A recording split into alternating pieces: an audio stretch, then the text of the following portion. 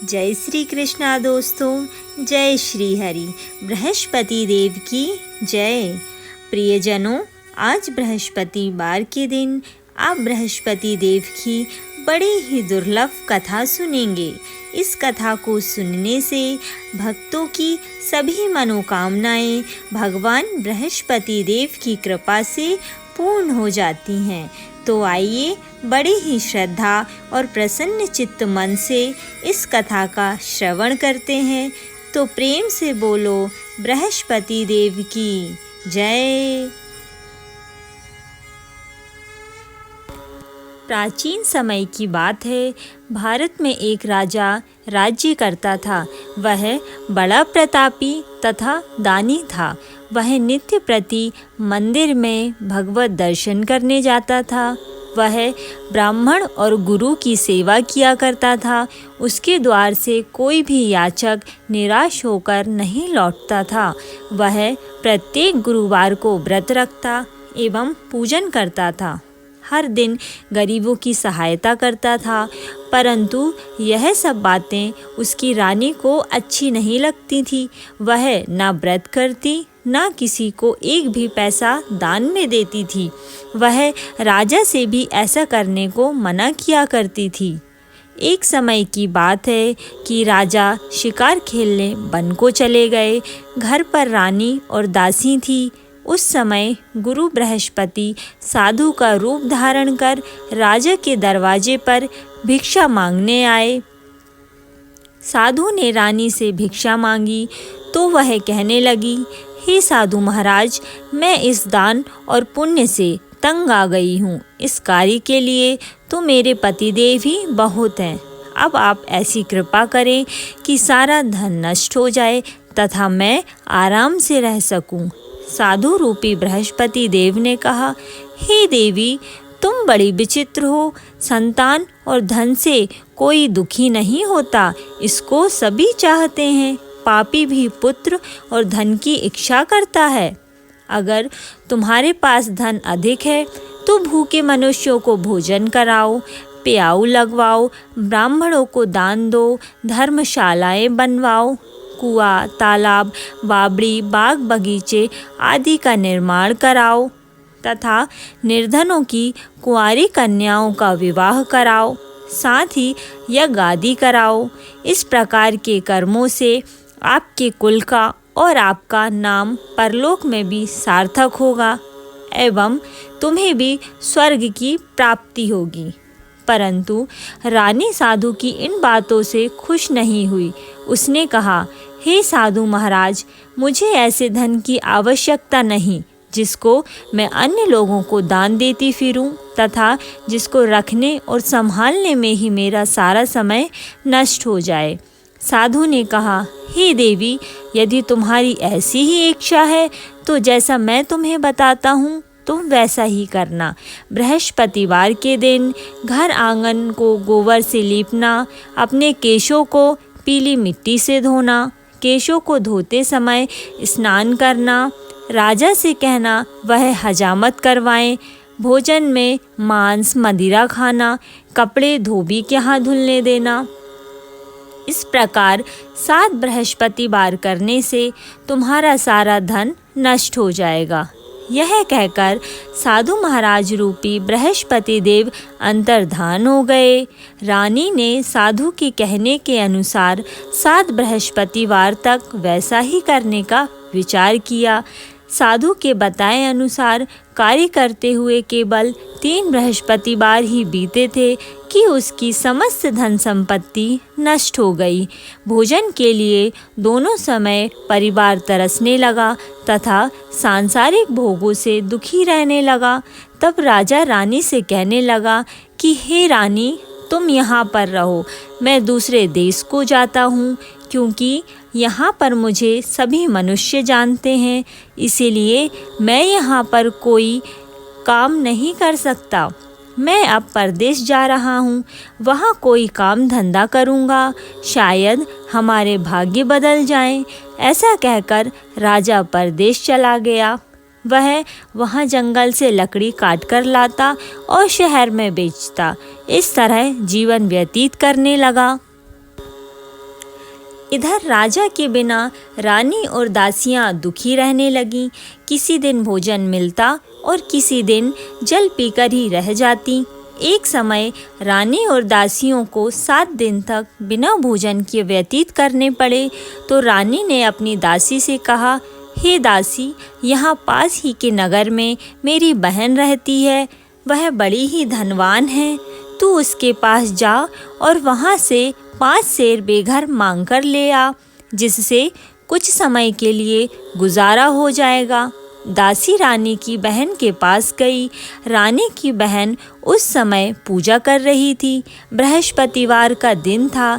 दासी ने रानी की बहन से कहा, हे रानी, मुझे आपकी बहन ने भेजा है, मुझे 5 सेर बेघर दे दो।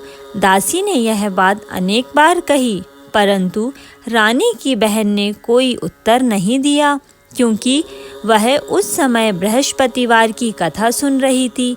जब दासी को रानी की बहन से कोई उत्तर नहीं मिला तो वह दुखी हुई। उसे क्रोध भी आया। वह लौटकर रानी से बोली, हे रानी, आपकी बहन बहुत ही घमंडी है। वह छोटे लोगों से बात भी नहीं करती। मैंने उससे कहा तो उसने कोई उत्तर नहीं दिया। मैं वापस चली आई। रानी बोली, हे दासी, इसमें उसका कोई दोष नहीं है। जब बुरे दिन आते हैं तब कोई सहारा नहीं देता। अच्छे बुरे का पता विपत्ति में ही लगता है। जो ईश्वर की इच्छा होगी वही होगा। यह सब हमारे भाग्य का दोष है। उधर रानी की बहन ने सोचा कि मेरी बहन की दासी आई थी, परंतु मैं उससे नहीं बोली, इससे वह दुखी हुई होगी। अतः कथा सुन और विष्णु भगवान का पूजन समाप्त कर वह अपनी बहन के घर आई और कहने लगी, हे बहन, मैं बृहस्पतिवार का व्रत कर रही थी। तुम्हारी दासी हमारे घर गई थी, परंतु जब तक कथा होती है तब तक हम लोग ना उठते हैं और ना बोलते हैं, इसीलिए मैं नहीं बोली। कहो दासी, क्यों गई थी? रानी बोली, बहन, हमारे घर अनाज नहीं था। वैसे तुमसे कोई बात छिपी नहीं है, इस कारण मैंने दासी को तुम्हारे पास 5 सेर बेघर लेने के लिए भेजा था। रानी की बहन बोली, बहन देखो, बृहस्पति भगवान सबकी मनोकामनाएं पूर्ण करते हैं। देखो, शायद तुम्हारे घर में ही अनाज रखा हो। यह सुनकर दासी घर के अंदर गई तो वहाँ उसे एक बड़ा बेघर का घर मिला। उसे बड़ी हैरानी हुई, क्योंकि उसने एक एक बर्तन देख लिया था। उसने बाहर आकर रानी को बताया। दासी अपनी रानी से कहने लगी, हे रानी, देखो, वैसे हमको जब अन्न नहीं मिलता तो हम रोज़ व्रत ही तो करते हैं। अगर इनसे इस व्रत की विधि और कथा पूछ ली जाए तो उसे हम भी कर लिया करेंगे। दासी के कहने पर रानी ने अपनी बहन से बृहस्पतिवार व्रत के बारे में पूछा। उसकी बहन ने बताया, हे रानी बहन, बृहस्पतिवार को सूर्योदय से पूर्व उठकर स्नान करके बृहस्पतिवार का व्रत करना चाहिए, लेकिन उस दिन सिर नहीं धोना चाहिए। बृहस्पतिवार के व्रत में चने की दाल और मुनक्कों से विष्णु भगवान का केले के वृक्ष की जड़ से पूजन करें तथा दीपक जलावें। उस दिन एक ही समय भोजन करें। भोजन पीले खाद्य पदार्थ का करें तथा कथा सुने। इस प्रकार करने से गुरु भगवान प्रसन्न होते हैं, अन्न, पुत्र, धन देते हैं। इस तरह व्रत और पूजन की विधि बताकर रानी की बहन अपने घर लौट गई। रानी और दासी दोनों ने निश्चय किया कि वह बृहस्पति देव भगवान का पूजन जरूर करेंगी। 7 दिन बाद जब बृहस्पतिवार आया तो उन्होंने व्रत रखा। घुड़साल में जाकर चना और गुड़ बीन लाई तथा उसकी दाल से केले की जड़ में विष्णु भगवान का पूजन किया। अब भोजन कहाँ से आए? दोनों बड़ी दुखी हुई, परंतु उन्होंने व्रत किया था, इस कारण बृहस्पति देव भगवान प्रसन्न थे। वे एक साधारण व्यक्ति के रूप में 2 थालों में सुंदर पीला भोजन लेकर आए और दासी को देकर बोले, हे दासी, यह भोजन तुम्हारे और रानी के लिए है, तुम दोनों करना। दासी भोजन पाकर बड़ी प्रसन्न हुई और रानी से बोली, रानी जी भोजन कर लो। रानी को भोजन आने के बारे में कुछ पता नहीं था, इसीलिए वह दासी से बोली, जा तू ही भोजन कर, क्योंकि तू हमारी व्यर्थ में हंसी उड़ाती है। दासी बोली, एक व्यक्ति अभी भोजन दे गया है। रानी कहने लगी, वह भोजन तेरे लिए ही दे गया है, तू ही कर। दासी ने कहा, वह व्यक्ति हम दोनों के लिए 2 थालों में भोजन दे गया है, इसीलिए मैं और आप दोनों ही साथ साथ भोजन करेंगी। फिर दोनों ने गुरु भगवान को नमस्कार कर भोजन प्रारंभ किया। उसके बाद से वे प्रत्येक बृहस्पतिवार को गुरु भगवान का व्रत और पूजन करने लगी। बृहस्पति भगवान की कृपा से उनके पास धन हो गया, परंतु रानी फिर से पहले की तरह आलस्य करने लगी। तब दासी बोली, देखो रानी, तुम पहले भी इस प्रकार आलस्य करती थी, तुम्हें धन के रखने में कष्ट होता था, इस कारण सभी धन नष्ट हो गया। अब गुरु भगवान की कृपा से धन मिला है तो फिर तुम्हें आलस्य होता है। बड़ी मुसीबतों के बाद हमने यह धन पाया है, इसीलिए हमें दान पुण्य करना चाहिए। तुम भूखे मनुष्यों को भोजन कराओ, प्याऊ लगवाओ, ब्राह्मणों को दान दो, कुआं, तालाब, बावड़ी आदि का निर्माण करवाओ, मंदिर, पाठशाला बनवाकर दान दो, कुंवारी कन्याओं का विवाह करवाओ, धन को शुभ कार्यों में खर्च करो, जिससे तुम्हारे कुल का यश बढ़े तथा स्वर्ग प्राप्त हो और पितृ प्रसन्न हो। दासी की बात मानकर रानी ने इसी प्रकार के कर्म करने प्रारंभ किए, जिससे उनका काफ़ी यश फैलने लगा। एक दिन रानी और दासी आपस में विचार करने लगी कि ना जाने राजा किस दशा में होंगे, उनकी कोई खोज खबर नहीं है। गुरु भगवान से उन्होंने प्रार्थना की और भगवान ने रात्रि में राजा को स्वप्न में कहा, हे राजा उठ, तेरी रानी तुझको याद करती है, अब अपने देश को लौट जा। राजा प्रातः काल उठकर जंगल से लकड़ियां काटकर लाने के लिए जंगल की ओर चल पड़ा। जंगल से गुजरते हुए वह सोचने लगा, रानी की गलती से कितने दुख भोगने पड़े। राजपाट छोड़कर उसे जंगल में आकर रहना पड़ा।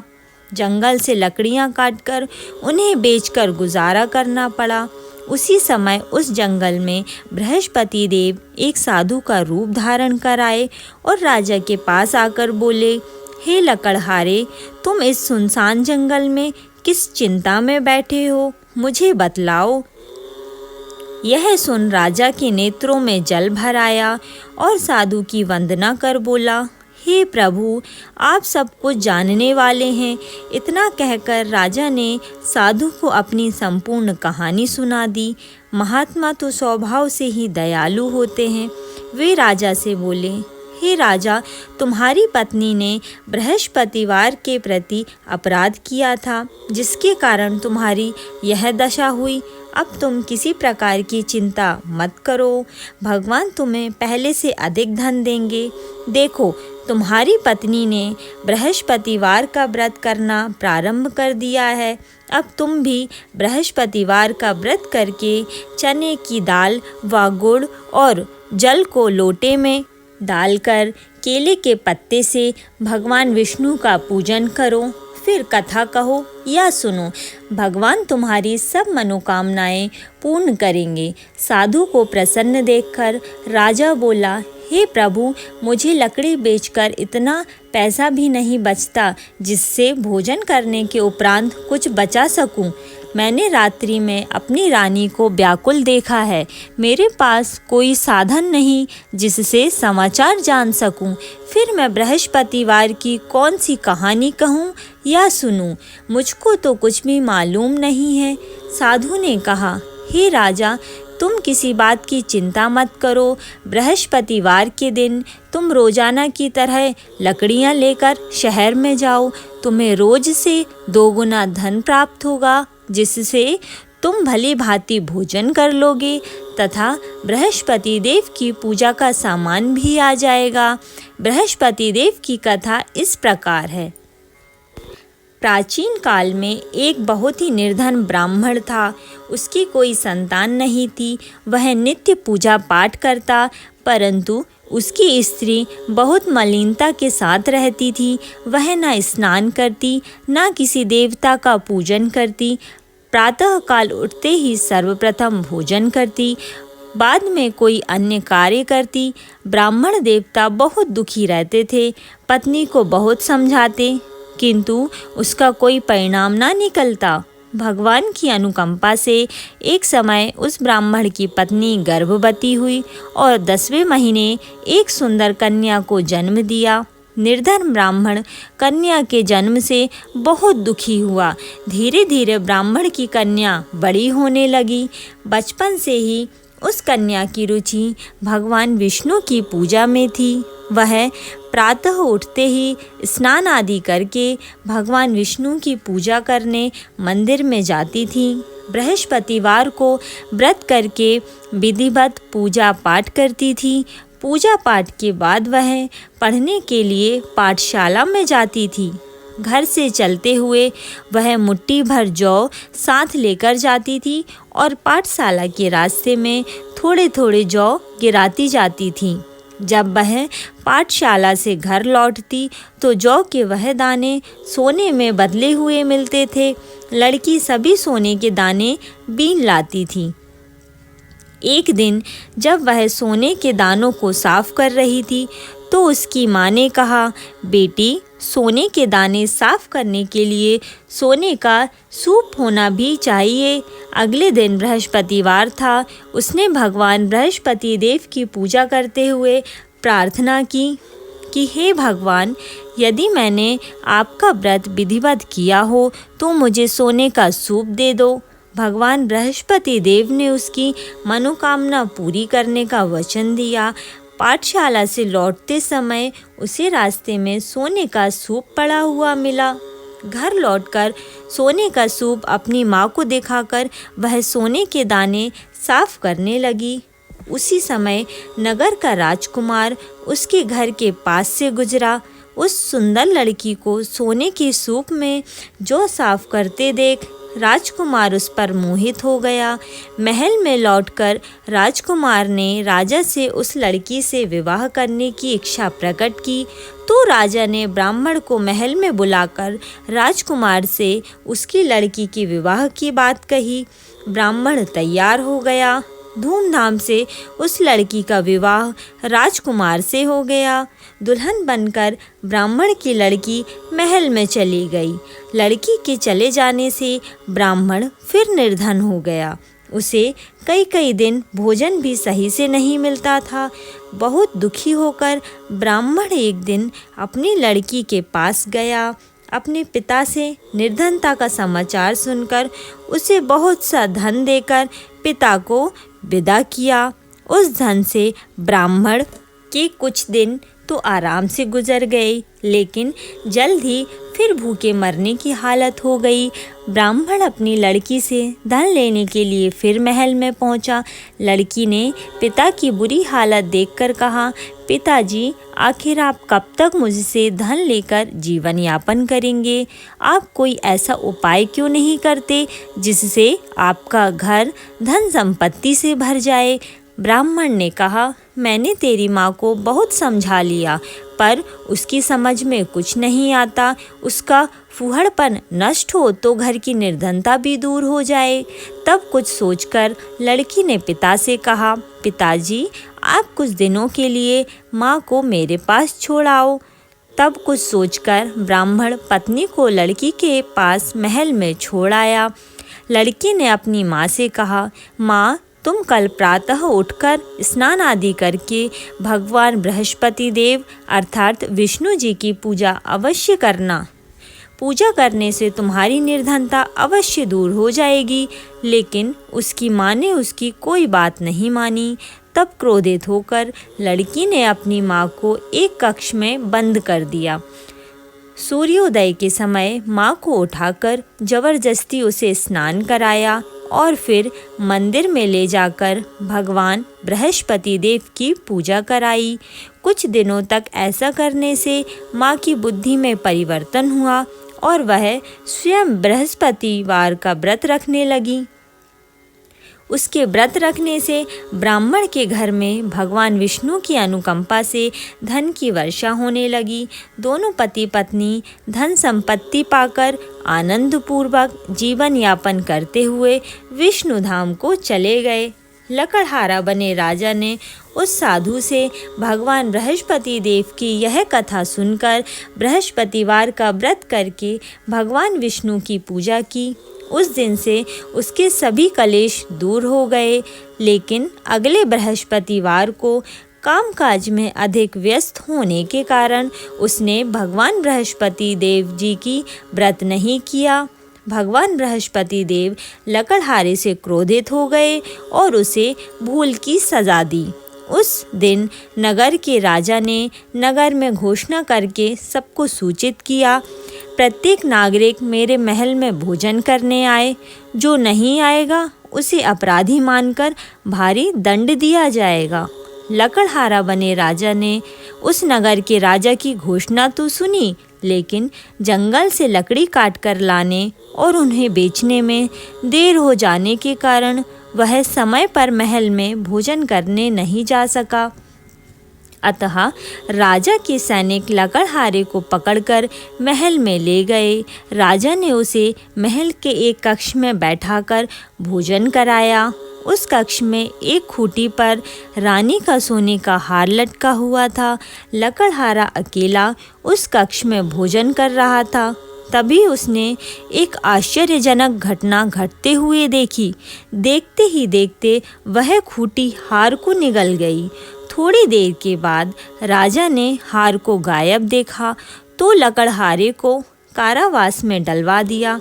लकड़हारा मन ही मन अपने भाग्य को कोसने लगा।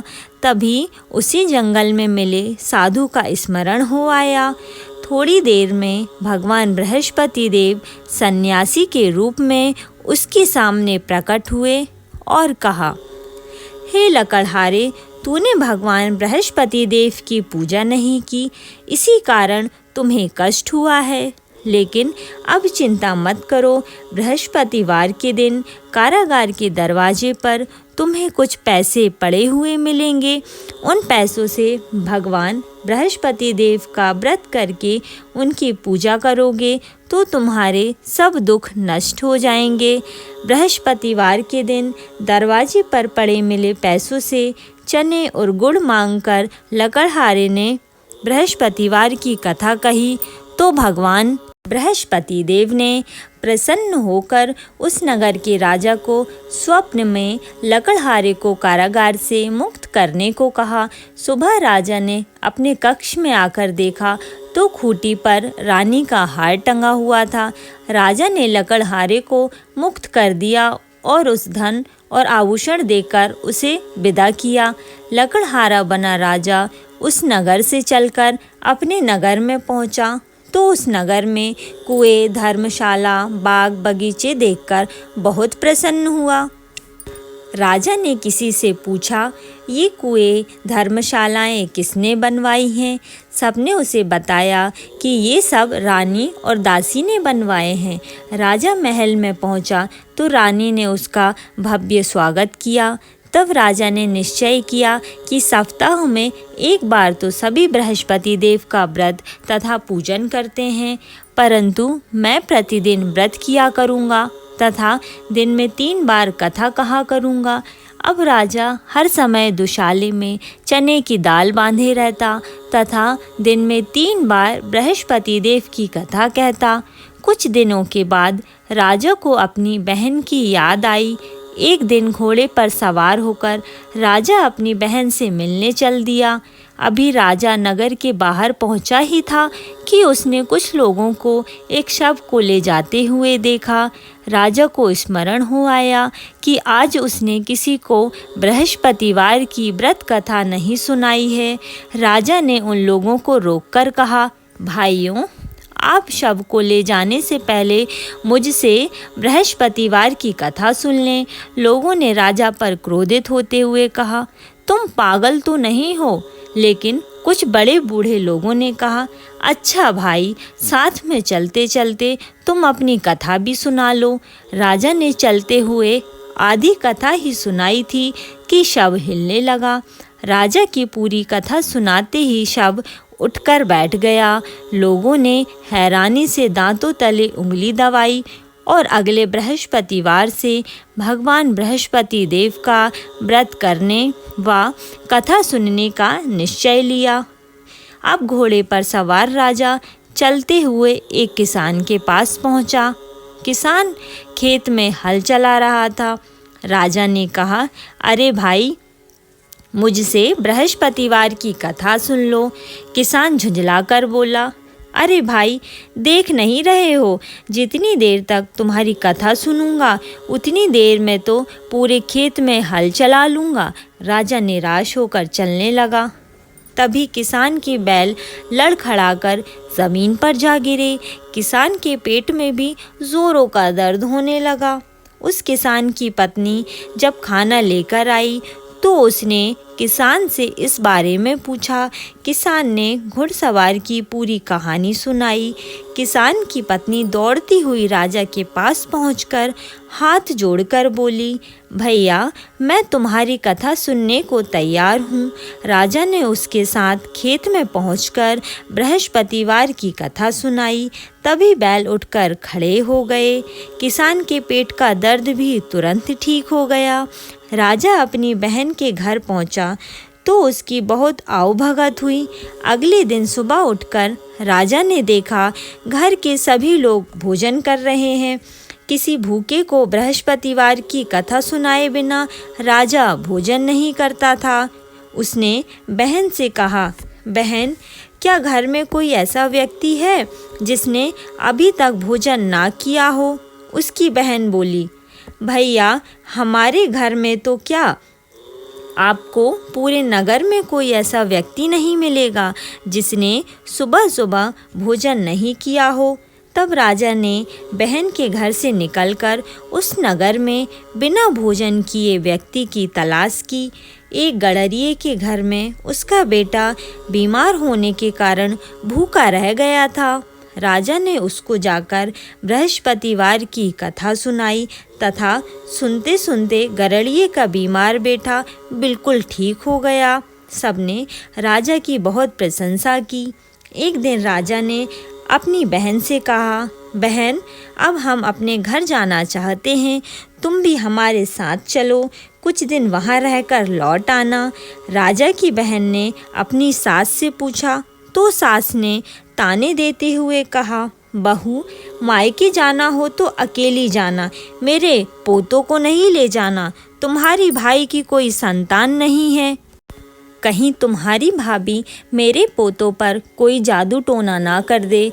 दूसरे कक्ष में बहन की सास की बातें सुनकर राजा दुखी मन से अकेला ही अपने नगर को लौट गया। रानी ने राजा से कहा, आप तो अपनी बहन को साथ लाने की बात कहकर गए थे, फिर बहन को साथ क्यों नहीं लाए? तब राजा ने दुखी होते हुए कहा, रानी, हम निसंतान हैं, इसीलिए कोई हमारे घर आना पसंद नहीं करता। रानी ने राजा को समझाया, हे प्राणनाथ, हमें बृहस्पति देव ने सब कुछ दिया है, अब भगवान बृहस्पति देव हमें संतान भी अवश्य देंगे। बृहस्पतिवार को विधिवत व्रत करते हुए राजा रानी ने भगवान बृहस्पति देव से संतान के लिए प्रार्थना की। कुछ दिनों के बाद उन्होंने स्वप्न में दर्शन देते हुए कहा, हे राजन, तेरी मनोकामना अवश्य पूरी होगी। 1 सप्ताह बाद ही रानी गर्भवती हो गई। 10वें महीने रानी ने एक सुंदर पुत्र को जन्म दिया। राजा रानी जीवंत पर्यंत बृहस्पतिवार का व्रत करते रहे। उनके घर में धन की वर्षा होती रही। इस तरह आनंदपूर्वक जीवन यापन करते हुए राजा रानी भगवान बृहस्पति देव की अनुकंपा से मोक्ष को प्राप्त करके सीधे वैकुंठ धाम पहुँच गए। बृहस्पतिवार को विधिवत व्रत करके जो स्त्री पुरुष भगवान विष्णु की पूजा करते हैं, भगवान उनकी सभी मनोकामनाएं पूरी करते हैं।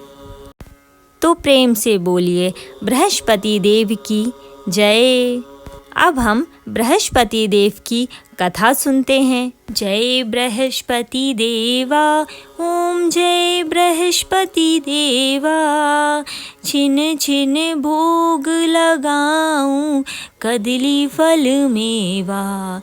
ओम जय बृहस्पति देवा, तुम पूर्ण परमात्मा, तुम अंतर्यामी, जगत पिता जगदीश्वर, तुम सबके स्वामी।